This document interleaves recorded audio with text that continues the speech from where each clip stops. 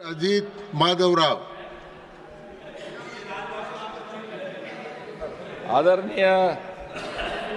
आदरणीय सभापति महोदय, मैं प्रधानमंत्री मोदी जी का एवं हवाई जहाज मंत्री नायडू जी और मुरली मनोहर जी का मैं अभिनंदन करता हूं। इसलिए अभिनंदन करता हूं कि ये दो जवान मिनिस्टर्स, दो यंग मिनिस्टर्स इस मंत्रालय को संभालते हैं, बड़ी तेजी से और बड़ी कार्यक्षमता से चला रहे हैं। इसलिए मैं उनका मन से आभारी हूं और मन से अभिनंदन भी करता हूं। ये भारतीय वायुयान विधेयक जो है 2024 का मैं पूर्ण समर्थन व्यक्त करने के लिए खड़ा हूं। यह विधेयक भारत के नागरिक विमानन ढांचे को आधुनिक बनाने की दिशा में एक परिवर्तनकारी कदम है। यह विधेयक समयानुकूल, दूरदर्शी यह विमान और संबंधित उपकरणों के डिजाइन, निर्माण और रखरखाव जैसी महत्वपूर्ण चुनौतियों का समाधान करता है। अब हवाई चप्पल पहनने वाला भी हवाई जहाज में सफर कर सकेगा। प्रधानमंत्री मोदी जी के इस कथन को साकार करने की दिशा में सरकार ने उल्लेखनीय कदम उठाए हैं। आज हवाई यात्रा केवल अमीरों तक सीमित नहीं है, बल्कि आम आदमी के सपनों को हकीकत में बदल दिया गया है। उड़े देश का आम नागरिक योजना के तहत छोटे शहरों और दूर दराज के क्षेत्रों को जोड़ा गया है। इस योजना के अंतर्गत लगभग 600 से अधिक हवाई मार्गों का उड़ान सेवाएं शुरू हुई है, जिससे लाखों लोगों को तेज, सुरक्षित और सस्ती यात्रा का लाभ मिल रहा है। देश में चालू हवाई अड्डों की संख्या 2014 में 74 थी, अब 150 से अधिक हो गई है। मैं प्रधानमंत्री जी का मन से आभारी हूं कि इतना अच्छा कारोबार हमारे देश में इस वायुयान मंत्रालय के माध्यम से हो रहा है। पिछले एक दशक में घरेलू हवाई यात्रियों की संख्या 60 मिलियन से बढ़कर 350 मिलियन से अधिक हो चुकी है। यह न केवल समय की बचत करता है, बल्कि रोजगार, शिक्षा और व्यवसाय के नए अवसर भी प्रदान करता है। यह सरकार की प्रतिबद्धता का प्रमाण है।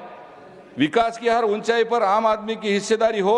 हवाई यात्रा का यह विस्तार भारत के आत्मनिर्भर और समृद्ध भविष्य की ओर एक मजबूत कदम रखता है।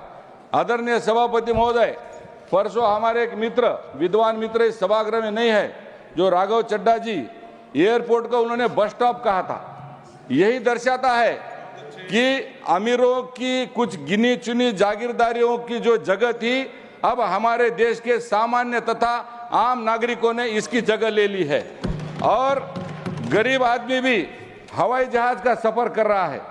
आदरणीय सभापति महोदय, हमारे एक विद्वान मित्र ने, जो हमारे राघव चड्ढा जी अब यहाँ नहीं है, उन्होंने कहा था कि समोसा महंगा हुआ है, पानी की बोतल महंगी हुई है। अरे वो ये भूल गए हैं, हर एयरपोर्ट पे अभी साउथ इंडियन, नॉर्थ इंडियन थाली, कॉम्बो थाली, उत्तपा, इडली, डोसा, उपमा, मिलेट की खिचड़ी, कॉफी, चाय, दूध 100 रुपए में मिलता है।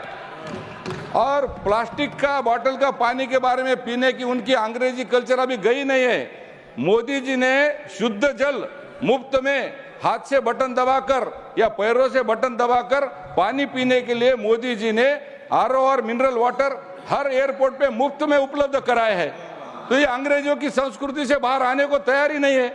और आदरणीय सभापति महोदय, हमारी एक बहन कह रही थी, उस बहन को मेरा जवाब है, वो बम धमाके, हवाई जहाज हाईजैकिंग अब मोदी जी के जमाने में होना नामुमकिन है, क्योंकि हिंदुस्तान की सुरक्षा ऐसी है अभी जहां परिंदा भी पर नहीं मार सकता। ये मोदी जी का जमाना है। आदरणीय सभापति महोदय, आदरणीय सभापति महोदय, मेरे माता पिता किसान हैं, उन्होंने आज तक दिल्ली देखी नहीं है और हवाई जहाज की यात्रा तो आज तक जीवन में कभी नहीं की है, क्योंकि वो डरते थे।